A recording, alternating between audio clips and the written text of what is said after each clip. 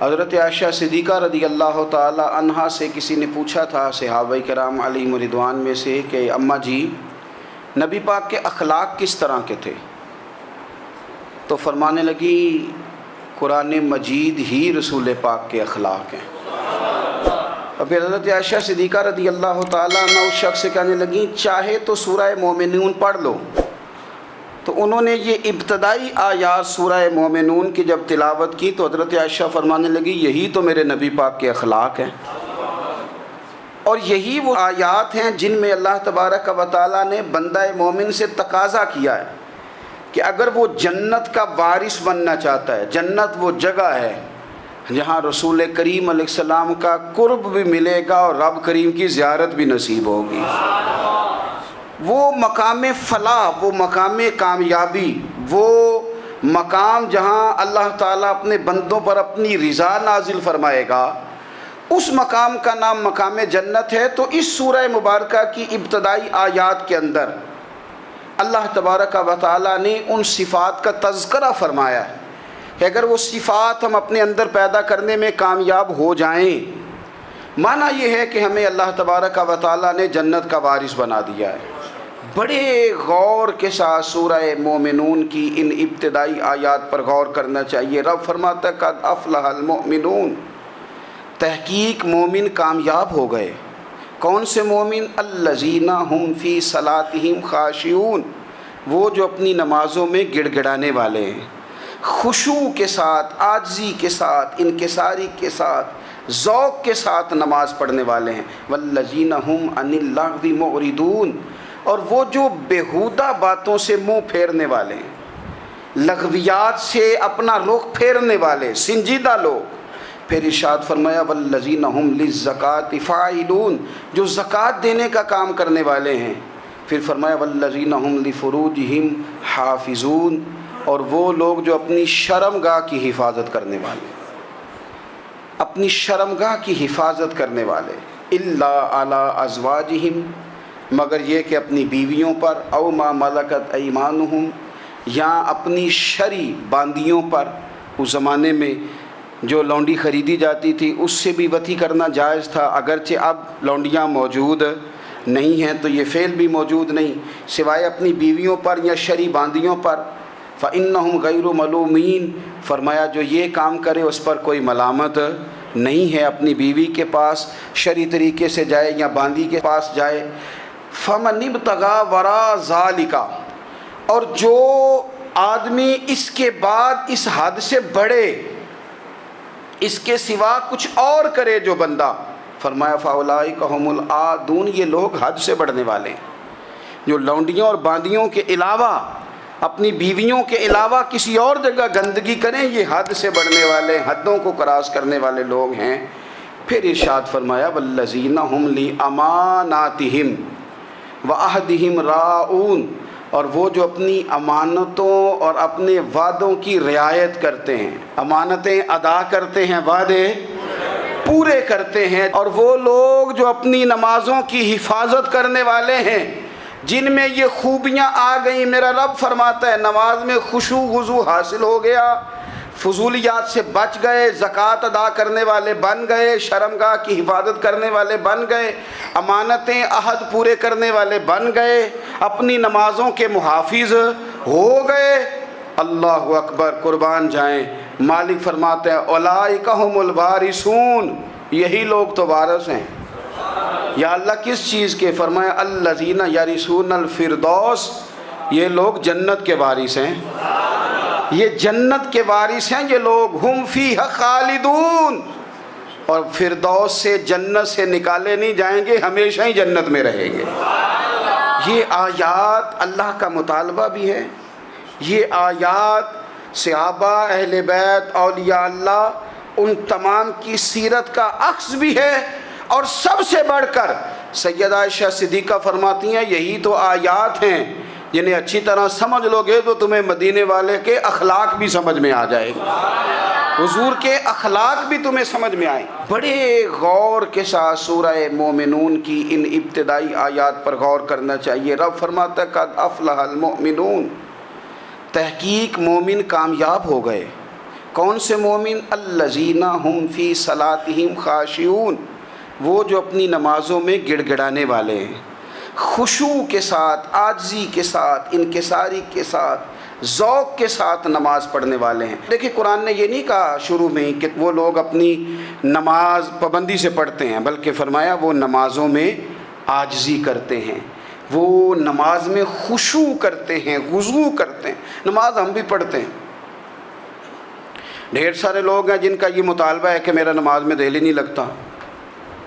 پہلی بات تو یہ ہے کہ دل نہ بھی لگے تو نماز پھر بھی پڑھنی ہے، اور دوسری بات یہ ہے کہ دل لگانے کو بھی تو کچھ انسان کے پاس چیزیں ہونی چاہیے نا، کوئی ضروریات ہوتی ہیں۔ سب سے پہلی بات یہ کہ مسئلہ نماز کا نہیں، مسئلہ اہمیت کا ہے۔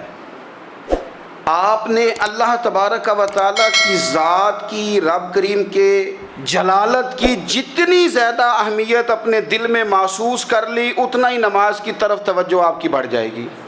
آپ سادی سی مثال ہے، غور کر لیں، جتنا آپ اپنے استاد کو پروٹوکول دیتے ہیں، جتنی عزت کرتے ہیں، اتنا ہی وقت پہ آپ ان کے پاس پہنچ بھی جاتے ہیں۔ اگر آپ کے دل میں اہمیت نہیں ہے تو آپ ٹال دیں گے، اور جس استاد کی اہمیت ہے اس کے فون کی گھنٹی بجتے ہی فون بھی اٹھایا جائے گا، اور بات پوری مکمل بھی نہیں ہوگی تو کہا جائے گا جیسے آپ کہیں گے، اور جو وقت وہ دیں گے ان سے 10 منٹ پہلے پہنچنے کی کوشش بھی کی جائے گی۔ بس سمجھ لیں دل لگنے نہ لگنے کا مسئلہ نہیں، اہمیت کا مسئلہ ہے۔ آپ جتنی اپنے مالک کی بارگاہ کی اہمیت سمجھ لیں گے، اتنا ہی وقت پہ مسجد آئیں گے، اتنا ہی شوق سے نماز پڑھیں گے۔ دوسری بات، نماز کے ترجمے پہ غور کریں۔ آپ یقین کریں اگر نماز کا ترجمہ ہمیں آ جائے نا تو ہمیں تو یوں لگے کہ ہم تو اپنے مالک کی بارگاہ میں عرض و معروض کرنے حاضر ہوئے ہیں۔ یہ سورہ فاتحہ ہی دیکھ لیں آپ، حضور فرماتے ہیں، رب فرماتا ہے سورۃ فاتحہ آدھی میری ہے آدھی میرے بندے کی ہے۔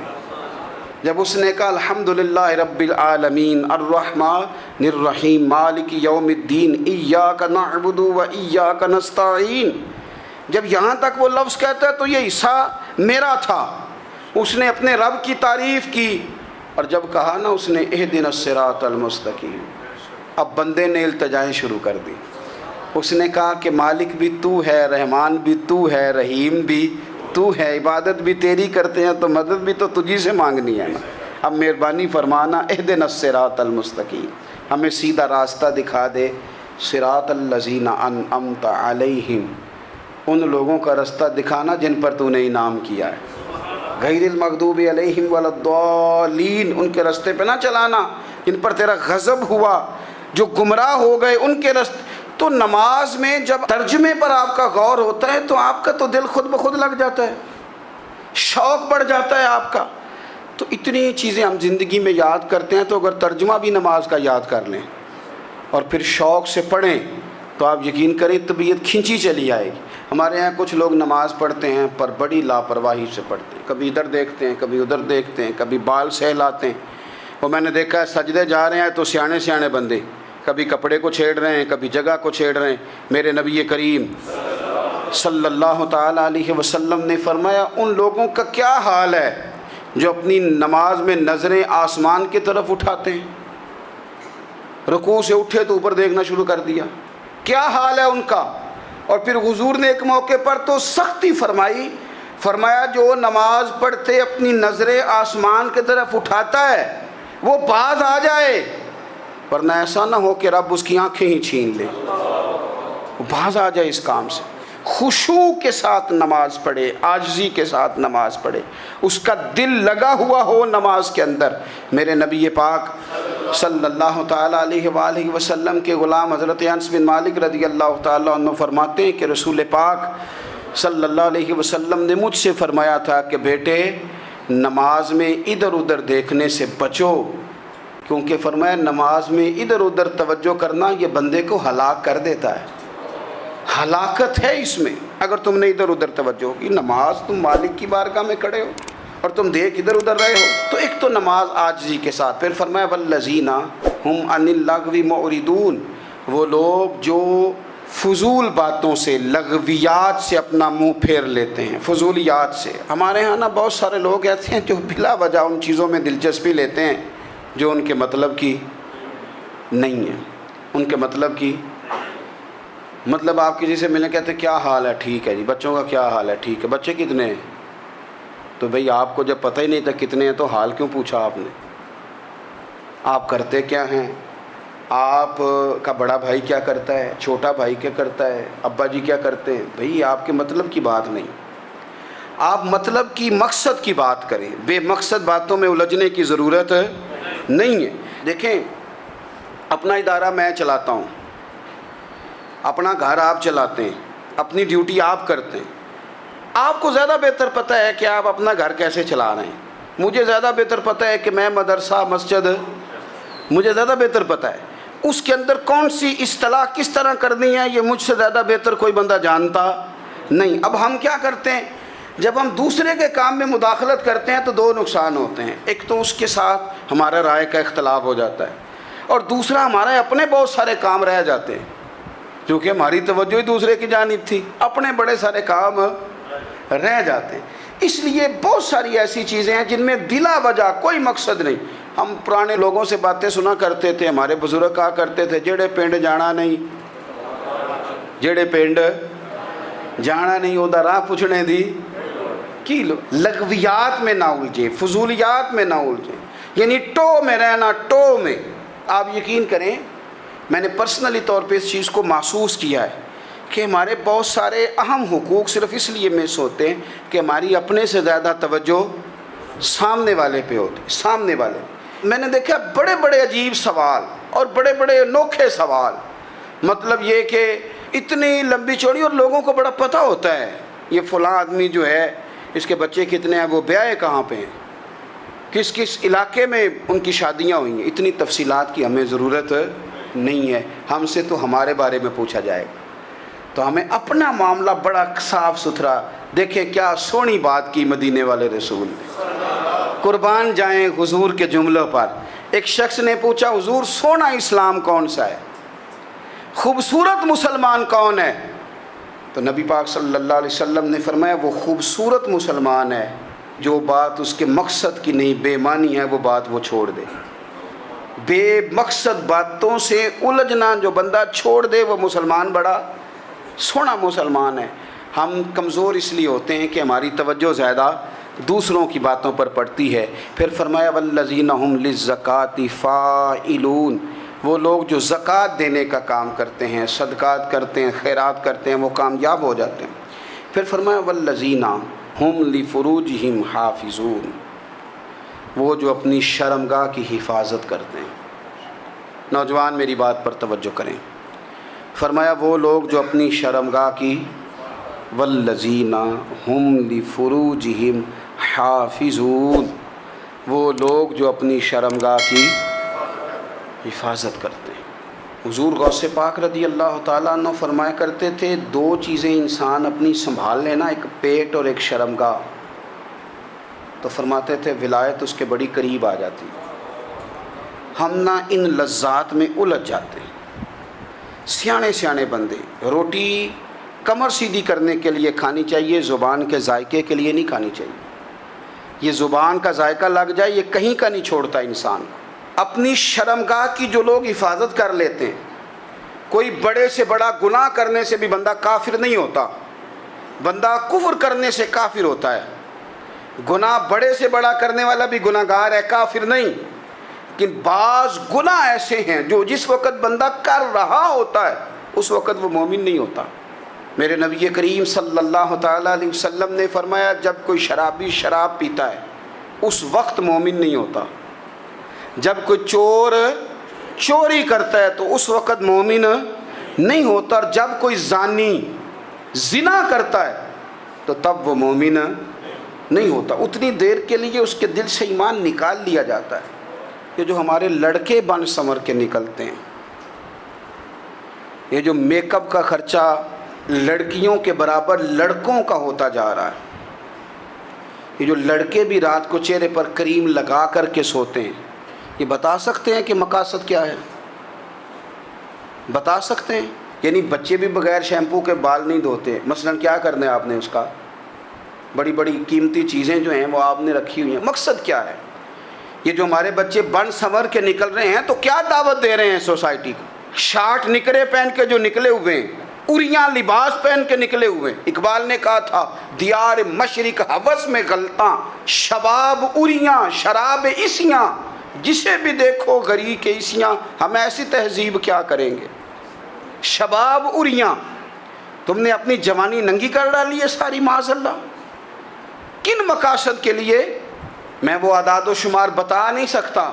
ہمارے ہاں گاند سستا ہو گیا ہے، لوگوں نے گناہ تک پہنچنا آسان بنا دیا ہے. آپ دیکھ لیں گندگی دروازے پہ اور گند موبائل میں. کیسے بچائیں ان بچوں کو؟ کیا کریں؟ کلیجے پھٹتے ہیں. کبھی باتیں سوچتے ہیں تو سوچتے ہیں آنے والی نسل کو کہاں لے جائیں، کہاں چھپائیں، کیا ایسا کریں کہ یہ بچ جائیں. خدا را قربان جائیں حضرت عثمان غنی پر. مصنف ابن ابی شیبہ میں صحابہ فرماتے ہیں حضرت عثمان غنی نا بڑے مالدار تھے. مال آتا ہے تو لوگ عیاش نہیں ہو جاتے، مال آتا ہے تو لوگوں کی خواہشات بہت بڑھ نہیں جاتی. بڑے مالدار تھے، مالدار بھی تھے اور سونے بھی بڑے تھے. حضرت اسامہ بن زید کہتے ہیں میں نے زندگی میں اتنا سونا بندہ نہیں دیکھا جتنے حضرت عثمان غنی خوبصورت تھے، پیسہ بھی حسن بھی.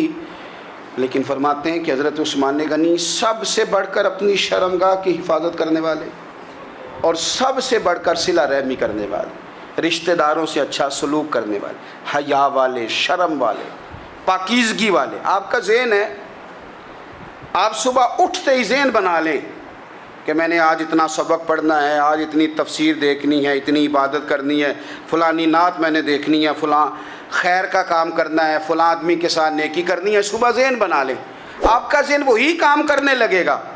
لیکن اگر صبح اٹھتے ہی ذہن میں گندگی ہے، رات کو سوتے ہی معاذ اللہ ذہن میں وسوسے ہیں، تو پھر سارا دن وہی چکی چلے گی، وہی انداز رہے گا.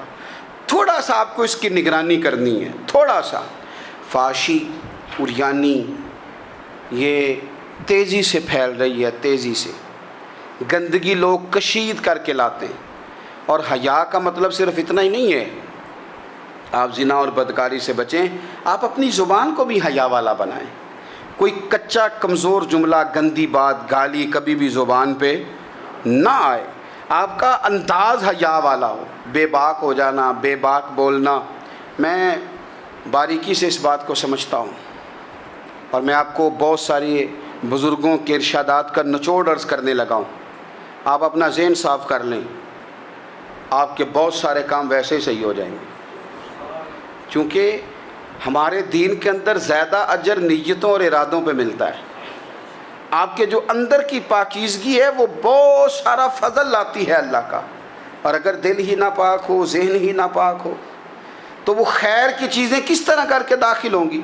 اپنی شرمگاہ کی قربان جائیں. نوجوانوں ذرا غور کرنا، میرے نبی کریم صلی اللہ تعالیٰ علیہ وسلم کے بارے میں حضرت عائشہ صدیقہ فرماتی ہیں کہ عرب کی کنواری لڑکیاں بڑی حیا والی ہوتی تھیں، لیکن اللہ کے پیارے رسول صلی اللہ علیہ وسلم عرب کی کنواری لڑکیوں سے بھی بڑھ کر حیا والے تھے.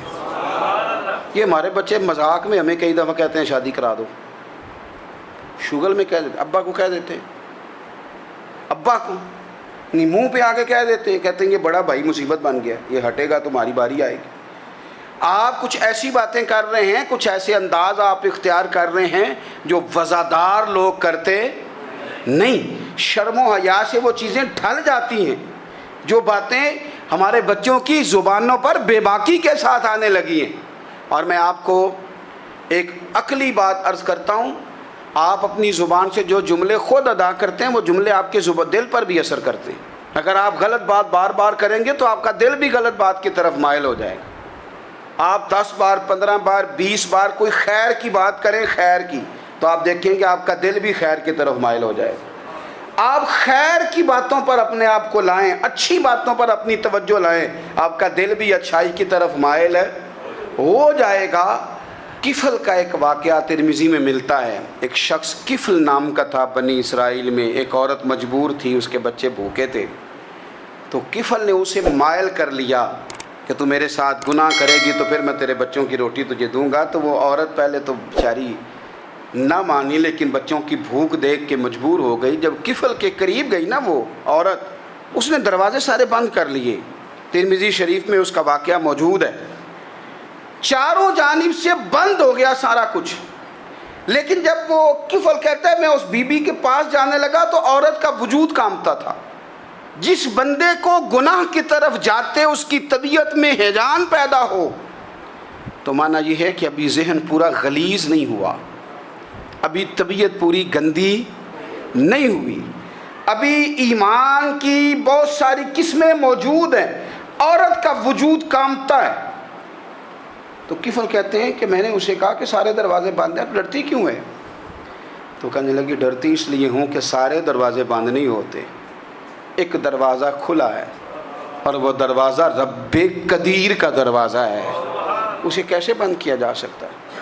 تو کہتے ہیں جب اس نے یہ لفظ کہے تو مجھ پر بھی بات کا اثر ہوا, مجھ پر بھی. تو میں نے کہا کہ اگر تو عورت ہو کہ رب سے اتنا ڈرتی ہے تو مجھے تو اس نے مرد بنایا ہے, تو مرد تو ہوتا ہی وہ ہے جو اپنے آپ پر کنٹرول کر سکے. تو اب نہ معاملہ آگے جائے گا, اب یہاں بات رکے گی نہیں, جا میں تجھے آزاد کرتا ہوں. عورت گئی, اس نے توبہ کی کفل نے, اور رات رو کے کہنے لگا مالک آج میں نے توبہ کی ہے تو میرے اوپر مہربانی کرنا, میری توبہ ٹوٹنے نہ پائے. رات اس نے توبہ کی, رات ہی انتقال ہو گیا. لوگوں کو پتہ تھا بڑا بے حیا ہے, بد کردار ہے, گناہ گار ہے, شاید لوگ اس کا چہرہ دیکھنے بھی نہ جاتے, پر مالک کریم ہے نا. حضور فرماتے ہیں سویرے اس کے دروازے پہ لکھ دیا اللہ نے, لوگوں رب نے کفل کے سارے گناہ معاف کر دیے ہیں. اس کے دروازے پہ لکھ دیا گیا. جب آپ اپنی حفاظت کرنا چاہتے ہیں تو اللہ پھر اسباب بھی پیدا کر دیتا ہے. اپنی شرمگاہ کی, اپنی نظر کی آپ خوب حفاظت کریں. اور میں آپ کو ایک بات عرض کروں, ایک بندے کے باحیا ہو جانے سے نا, ایک بندے کے ٹھیک ہو جانے سے اس کے دائیں بائیں بے شمار لوگ ٹھیک ہو جاتے ہیں. نہ چاہتے ہوئے بھی آپ کی نیکی کا اثر آپ کے دوستوں پہ پڑتا ہے, نہ چاہتے ہوئے. اور ایک بندے کے بگڑ جانے سے اس کے دائیں بائیں بہت سارے لوگ بگڑ جاتے ہیں, بہت سارے لوگ بگڑ جاتے ہیں. آپ اگر اپنے لب و لہجے پر یہ پابندی لگا سکیں اور اپنے آپ کو اگر آپ سنبھال سکیں تو پھر یاد رکھیے گا بڑی ساری چیزیں بہتر ہو جائیں گی. کچھ چیزیں ایسی ہوتی ہیں جو ہم نہ فراخ دلی سے بانٹتے ہیں, اور کچھ چیزیں ایسی ہوتی ہیں جو مجبور ہو کر ہم دیتے ہیں. کئی دفعہ ایسا ہوتا ہے کہ سامنے والا کچھ زیادہ تکلیف میں ہوتا ہے اور ہمارے پاس بھی وسعت نہیں ہوتی, لیکن زیادہ اجر اسی بندے کو ملتا ہے جو تھوڑی تکلیف برداشت کرے اور سامنے والے کی تکلیف کو دور کرے. مدینہ منورہ میں نا قحط پڑ گیا تھا, غلہ نہیں ملتا تھا. تو قحط کے زمانے میں لوگ نا پھر چیزوں کو مہنگا کر کے بیچتے ہیں. ہمارے ہاں ایک طرف چینی کی لائنیں لگی ہوتی ہیں اور دوسری دفعہ چھاپا پڑتا ہے, پورے کے پورے گودام بھرے ہوئے نکل آتے ہیں. لوگ مصنوعی قلت پیدا کر دیتے ہیں. حضرت عمر فاروق رضی اللہ تعالیٰ عنہ کے زمانے نور میں قحط پڑ گیا تھا. گندم کا دانہ اس طرح ہو گیا تھا جس طرح سونا ہے. سیدنا عثمان غنی رضی اللہ تعالیٰ عنہ کے نا بہت سارے اونٹ غلے کے بھرے ہوئے مصر سے آئے, اور لگتا یوں ہے کہ وہ شخص آپ ہی کو غلہ دیتا تھا, کسی اور کو دیتا بھی نہیں تھا, جو اونٹ بھر کے اس نے لیے. تو مدینہ منورہ کے اندر جب وہ مال پہنچا نا, آپ کو بتانا یہ چاہ رہا ہوں کہ ساری تجارت بندوں سے نہیں کرنی چاہیے, کچھ اللہ سے بھی کرنی چاہیے. رب سے جو بندہ تجارت کرتا ہے وہ بڑا کامیاب ہوتا ہے. وہ غلے سے بھرے ہوئے اونٹ آپ کے پہنچ گئے تو تاجر آئے, انہوں نے آگے کہا عثمان ہم کھول کے نہیں دیکھتے کہ اندر مٹی ہے کہ سونا ہے, اور یہ بھی نہیں پوچھتے آپ نے کتنے کا خریدا, آپ کی زبان پر اعتبار ہے, آپ نے جتنے کا مال لیا ہے نا ہم ڈبل دیتے ہیں, آپ ہمیں دے دیں. آپ فرمانے لگے نہیں مجھے زیادہ نفع ملتا ہے. انہوں نے کہا 2 گنا, فرمایا نہیں زیادہ ملتا ہے. کہا 3 گنا, فرمایا زیادہ ملتا ہے. وہ کہنے لگے اس سے زیادہ تو کوئی تاجر ہے ہی نہیں جو زیادہ دے. فرمایا بس مجھے ملتا ہے نا. کہا کتنا ملتا ہے؟ فرمانے لگے لگتا ہے کہ اگر وہ تاجر زیادہ کرم نوازی کرے تو 700 گنا تو دے گا ہی, اور باقی کریم ہے. انہوں نے کہا جی نہیں اتنا نہیں ہم دے سکتے, پھر آپ بیچ لیں. یہ بات ہی سمجھ میں نہیں آتی.